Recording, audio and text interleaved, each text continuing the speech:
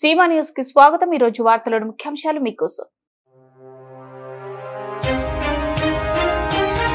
Urea కొరత, ఉల్లి రైతుల సమస్యలపై కర్నూలులో వైఎస్ఆర్సీపీ అన్నదాత పోరు కార్యక్రమం.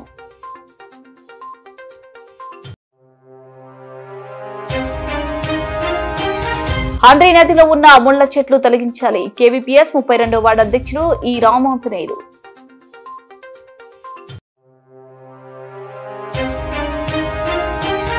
పేదలపై ఆర్ఎంబీ అధికారుల దౌర్జన్యాలను వెంటనే నిలిపివేయాలని ప్రజాసంఘ నాయకులు డిమాండ్.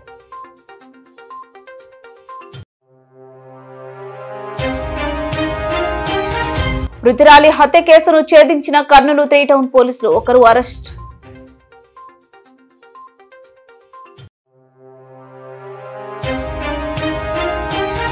డప్పు కళాకారుల పెన్షన్ ఆన్లైన్ విడుదల, పెన్షన్ పెంపుకై ఆందోళనకు ఏపీడీకేఎస్ పిలుపు.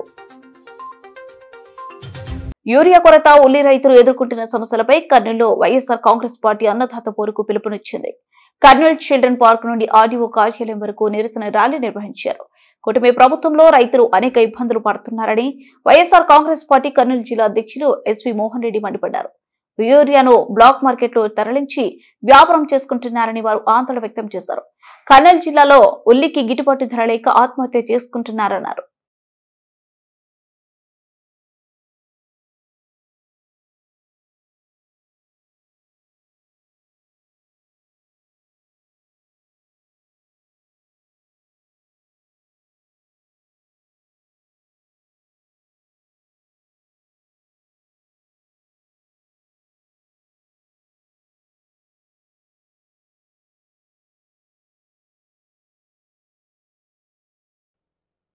రైతులకు గిట్టుబాటు ధర ఇవ్వాలి, అలాగే యూరియా కరెక్ట్ సప్లై చేయాలి.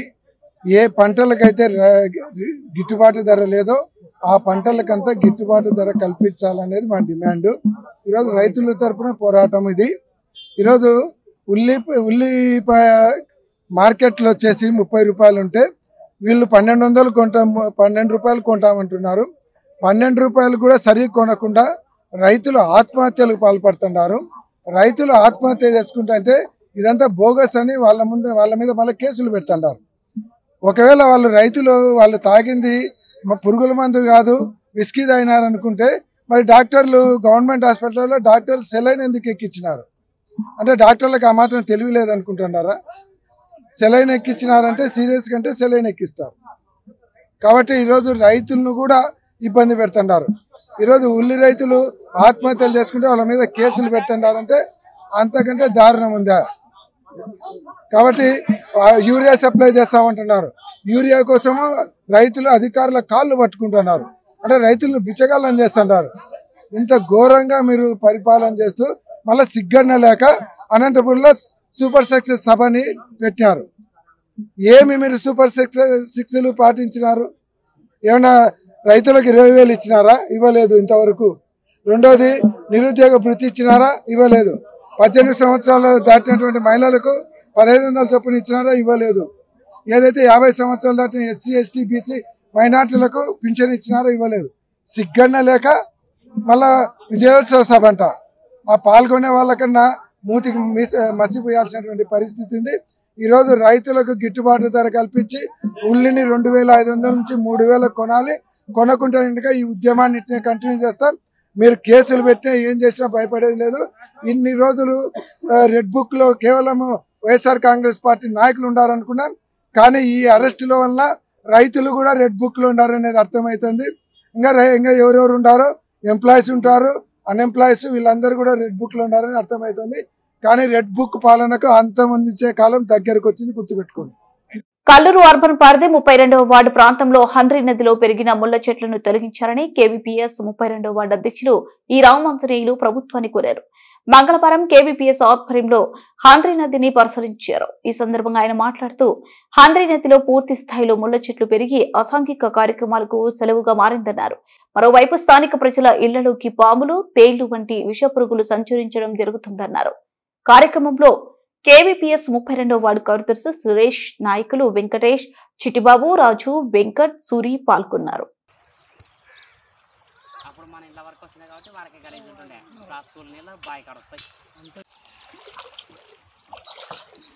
ಇನ್ನೇ ಎಲ್ಲ ವಾಯ್ಸಕ್ಕಿರಲ್ಲ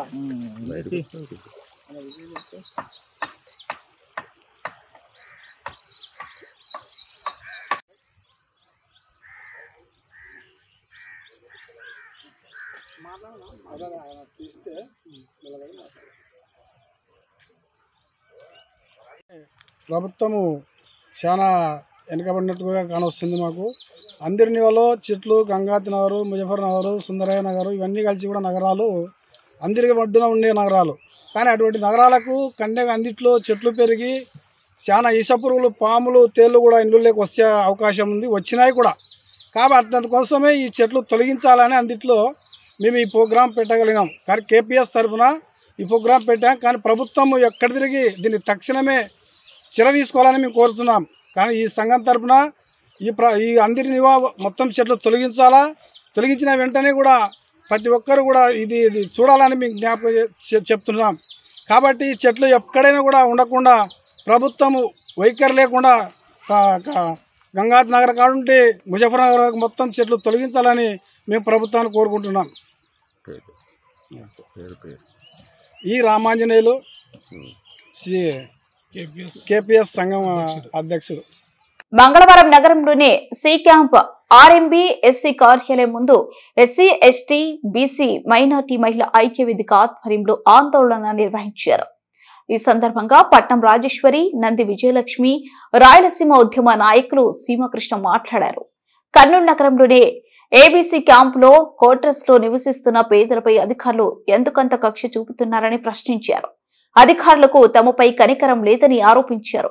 ఏబీసీ క్వార్టర్స్ లో ఉన్న వారిని బలవంతంగా ఎళ్లగొట్టేందుకు విద్యుత్, త్రాగునీరు నిలిపివేయడం దారుణమని ఆగ్రహం వ్యక్తం చేశారు.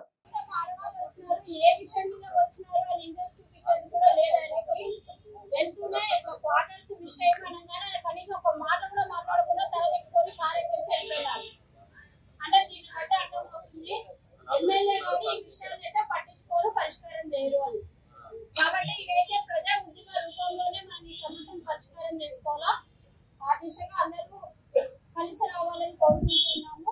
ఇప్పుడు మన మధ్యలో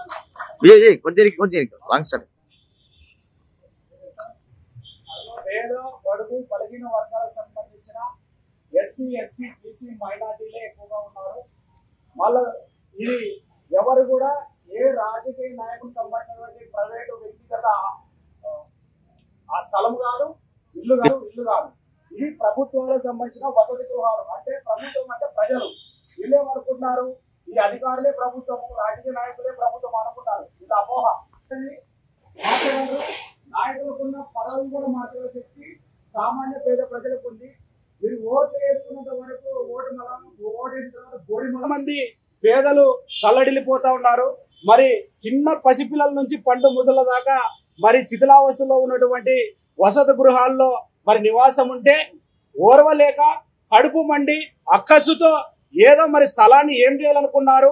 ఈ క్వార్టర్స్ అన్నిటి కూడా ఖాళీ చేసి మరి ఏ రాజకీయ నాయకులు కబ్జా చేసుకొని పబ్బం గడుపుకోవాలనుకున్నారో మాకు అర్థం కాని పరిస్థితి. కాబట్టి మీరు ఈ క్వార్టర్ స్థలంలో దాదాపు 1000 ఎకరాలు పైన ఉంది కదా, మరి ఏం చేయాలనుకున్నారో మరి క్వార్టర్స్ ని ఖాళీ చేయించే ముందు మరి వాళ్ళకు కూడా వివరించాల్సిన బాధ్యత రాజకీయ నాయకులకు, ప్రభుత్వ అధికారులకు ఉంది. కానీ ఏమి చెప్పకుండా ఒక ఉగ్రవాదుల్ని మరి ఏదో రోహింగ్యాలు అన్నట్లు ఏ విధంగా ఖాళీ చేపిస్తారో, ఏ విధంగా వైర్లు కట్ చేపిస్తారో, మరి నిజంగా మనము ప్రజాస్వామ్యంలో ఉన్నామా లేకుంటే చీకటి రాజ్యంలో ఉన్నామా అర్థం కానిటువంటి పరిస్థితి. కాబట్టి ఏదేమైనా ఈ ప్రభుత్వ అధికారులైనా, ఈ రాజకీయ నాయకులైనా ప్రజల పట్ల, పేదల పట్ల చాలా నిర్లక్ష్యంగా వ్యవహరిస్తున్నారు. ఇది మంచి పద్ధతి కాదు. దయచేసి మీ యొక్క ఆలోచన విధానాన్ని మార్చుకోండి. మీరు ఇంకా ఇప్పుడు అకాడమిక్ ఇయర్ లో విద్యార్థులు చదువు పేరుతో చాలా మంది కూడా స్కూళ్లలో జాయిన్ అయినటువంటి పరిస్థితి, వాళ్ళ దగ్గరలో చేర్పించుకున్నటువంటి పరిస్థితి. మీరు ఈ రకంగా అనాధికారికంగా వాళ్ళని కాల్ చేయించడం, వాళ్ళని దౌర్జన్యంగా మీరు. కర్నూలు జిల్లా కేంద్రంలో జరిగిన వృద్ధురాలి హత్య కేసును కర్నూలు 3 టౌన్ పోలీసులు ఛేదించారు. ఒకరిని అరెస్టు చేశారు. నిందితుల నుండి రోకలి బండ, బంగారు ఆభరణాలు, బ్యాంకు పాస్ పుస్తకాలు, చెక్ బుక్లు స్వాధీనం చేసుకున్నారు. నిందితురాలి వివరాలు జిల్లా పోలీస్ కార్యాలయంలో కర్నూలు జిల్లా ఎస్పీ విక్రాంత్ పాటిల్ ఐపీఎస్ మీడియాకు వెల్లడించారు. కేసును త్వరితగతిన ఛేదించిన పోలీసులు అధికారులను సిబ్బందిని జిల్లా ఎస్పీ అభినందించి రివార్డులు అందించారు.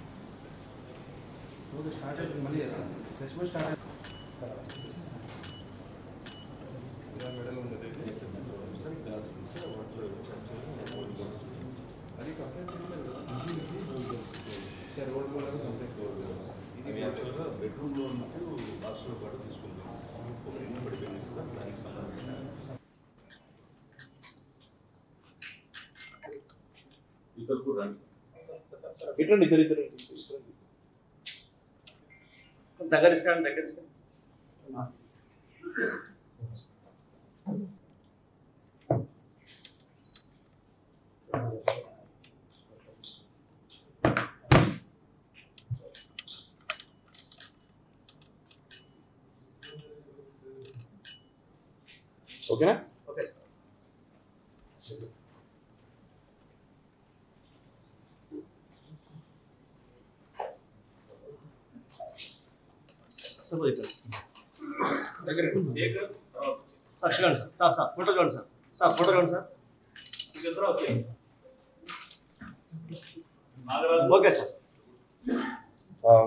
గత వారము అంటే 1వ తేదీ కర్నూలు 3 టౌన్ పోలీస్ స్టేషన్ జ్యూరిస్డిక్షన్లో గణేష్ నగర్లో ఒక 75-year-old woman Sivaleela garu she was found dead.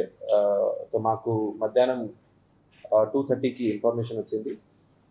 దాన్ని బట్టి మనం మర్డర్ కేసు కింద ఒక కేసు రిజిస్టర్ చేయడం కూడా జరిగింది.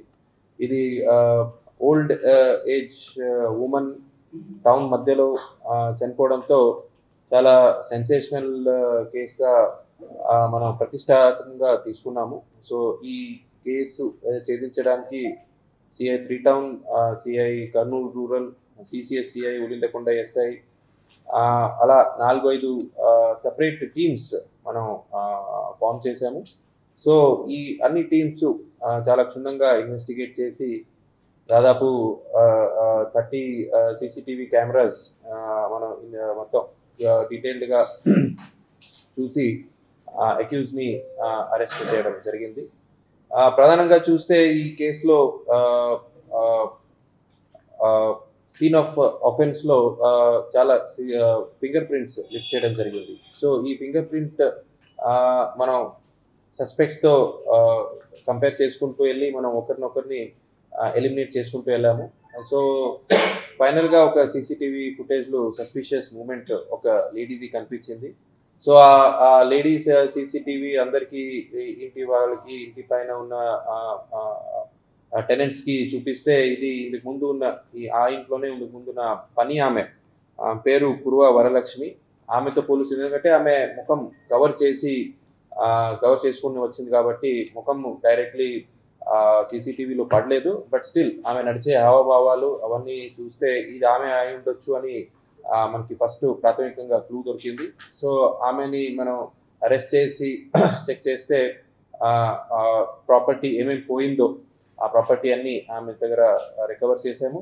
సో సీన్ ఆఫ్ అఫెన్స్లో ఉన్న ఫింగర్ ప్రింట్స్ కూడా ఆమెతో కంపారిజన్ చేయడం జరుగుతుంది. సో మనకి కేసు కూడా కన్విక్షన్ దిశగా తీసుకెళ్ళడానికి ఈ ఫింగర్ ప్రింట్స్ అంటే సైంటిఫిక్ ఎవిడెన్స్ ఏముందో అది చాలా యూస్ఫుల్ అవుతుంది.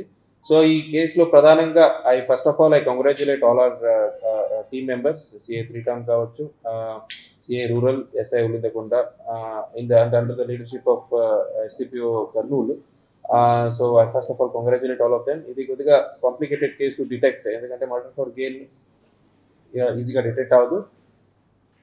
ఇదే టైంలో I would like to request everyone. So ఇది మనకి ప్రైమరీ క్లూ ఏమంటే మనకి డయాగనలీ అపోజిట్ లో ఉన్న ఇంట్లో ఒక సీసీటీవీ ఫుటేజ్ దొరికింది. ఆ సీసీటీవీ ఆధారంగా డప్పు కళాకారుల పెన్షన్ ఆన్లైన్ ను వెంటనే విడుదల చేయాలని, పెన్షన్ ను 7,000కు పెంచి పెన్షన్ వయసును 45 సంవత్సరాలకు తగ్గించాలని కోరుతూ రాష్ట్ర వ్యాప్త ఆందోళనను నిర్వహించాలని ఏపీడీకేఎస్ రాష్ట్ర నాయకులు పిలుపునిచ్చారు. మంగళవారం విజయవాడ నగరంలోని క్రైస్తు రాజాపురం వద్ద ఉన్న పూలే అంబేద్కర్ భవనంలో ఆంధ్రప్రదేశ్ డప్పు కళాకారుల సంఘం రాష్ట్ర వర్క్ షాప్ ను నిర్వహించారు. ఏపీడీకేఎస్ రాష్ట్ర అధ్యక్షుడు ఎండి ఆనంద్ బాబు అధ్యక్షతన జరిగిన రాష్ట్ర వర్క్ షాప్ ను ఉద్దేశించి ఏపీడీకేఎస్ రాష్ట్ర కార్యదర్శి గుండిమెడ క్రాంతి కుమార్, ఉపాధ్యక్షులు ఆంధ్ర మాలభద్రి మాట్లాడారు. సమావేశంలో డప్పు కళాకారుల సంఘం నాయకులు బి కరుణాకర్, సూరి, రంగమ్మ, సంక్రాంతి వెంకటయ్య, రామాంజనేయులు, ఆంజనేయులు, జయమ్మ, పెద్ద లక్ష్మణ, మధ్యరెడ్డి, సుందరరాజు, చెంచన్న, బొజ్జన్న, బొగ్గుల హుసేనయ్య తదితరులు పాల్గొన్నారు.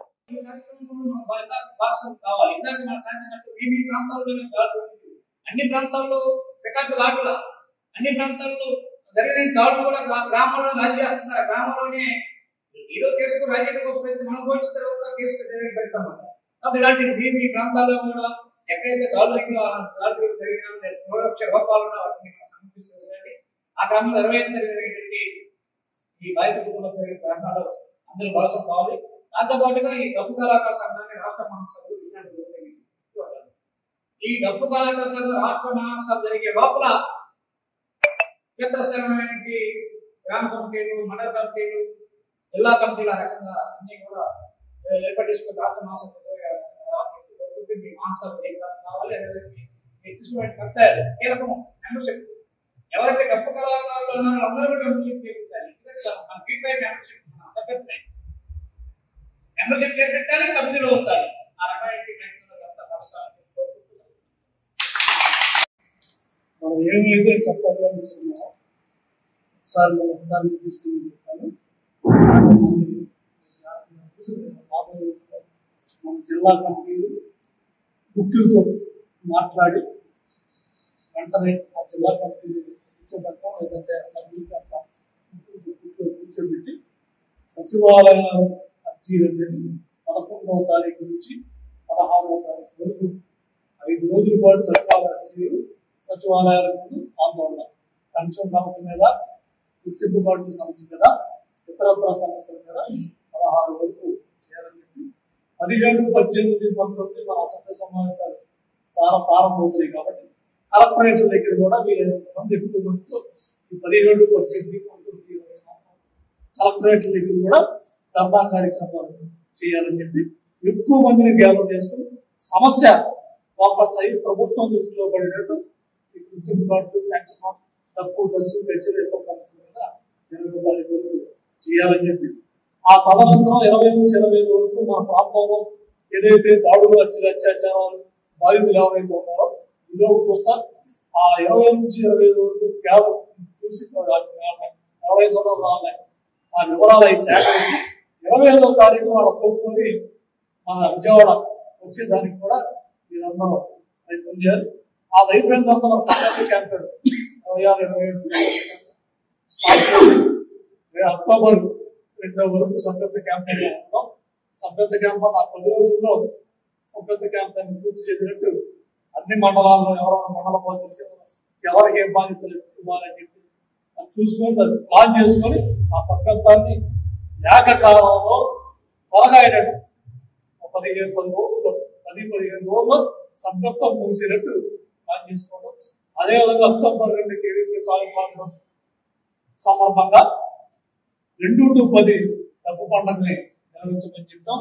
ఈ సందర్భంగా డప్పుల పోటీలు, ఇతరత్ర ఒక సాంస్కృతిక ఉత్సవాలాగా ఆవిర్భావ దినోత్సవాలుగా డప్పు కళాకారులు 10 వరకు ఈ డప్పు పండుగ నిర్వహించాలి.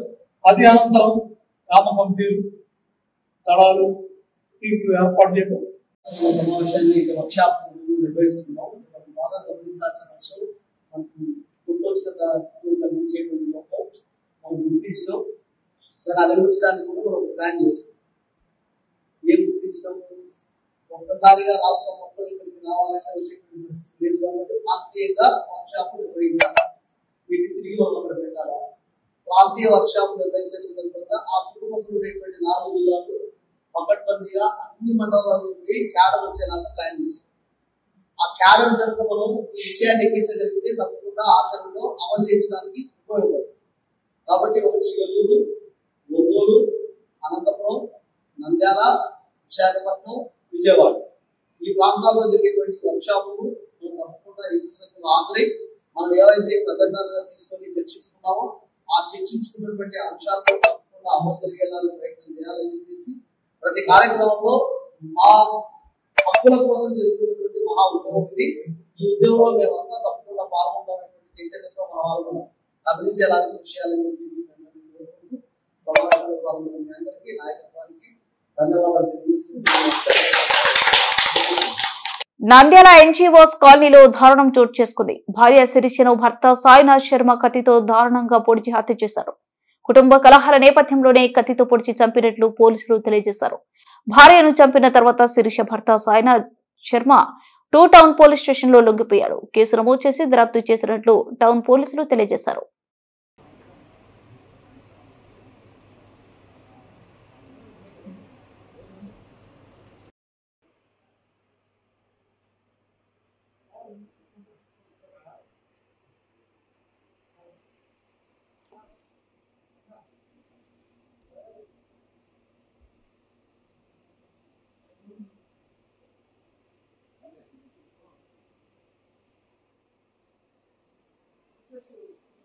నంద్యాల పట్టణంలో ఎన్జిఓస్ కాలనీలో ఓం శాంతి ధ్యాన కేంద్రం వెనకల శిరీష అనే ఆవిడ 45 years ఉంటాయి. ఆమె మర్డర్ అయింది. ఆవిడ కూతురే వచ్చి కంప్లైంట్ ఇవ్వడం జరిగింది. విషయం ఏమని చెప్తే వాళ్ళ భర్తనే హత్య చేసినట్టు. కారణం ఏంటి అని అడిగితే ఏదో కొంచెం బయట ఎక్కువ తిరుగుతుంది, మాట్లాడుతుంది, ఇద్దరికి భార్యాభర్తలకు సమస్యలు ఉన్నాయి, కుటుంబ సమస్యలు ఉన్నాయి, దానివల్ల నిన్న రాత్రి కూడా గొడవ జరిగిందని చెప్పినారు. రాత్రి సుమారుగా 1:30 గంటలకు బెడ్రూమ్లో గొంతు మీద ఛాతీ పైన పొడిచి చంపేస్తారు. అది కంప్లైంట్ వస్తే కేసు రిజిస్టర్ చేసి ఇన్వెస్టిగేట్ చేస్తున్నాము. సార్ ప్రధాన కారణం ఏం సార్? చంపడానికి భర్త భార్యను చంపడానికి ప్రధాన కారణం కుటుంబ కలహాలు. కుటుంబ కలహాలే ప్రధాన కారణం. ఏ విధంగా? భార్య మీద అనుమానం ఉంది. వార్తలు ముగించే ముందు ముఖ్యాంశాలు మరోసారి. యూరియా కొరత, ఉల్లి రైతుల సమస్యలపై కర్నూలులో వైఎస్ఆర్సీపీ అన్నదాత పోరు కార్యక్రమం.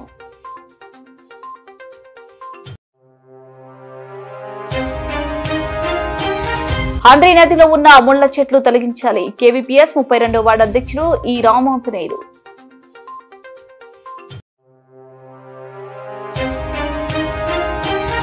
పేదలపై ఆర్ఎంబీ అధికారుల దౌర్జన్యాలను వెంటనే నిలిపివేయాలని ప్రజాసంఘ నాయకులు డిమాండ్.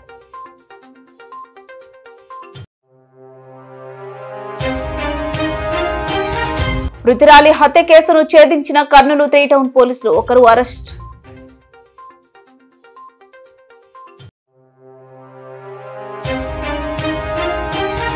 డప్పు కళాకారుల పెన్షన్ ఆన్లైన్ విడుదల, పెన్షన్ పెంపుకై ఆందోళనకు ఏపీ డీకేఎస్ పిలుపు.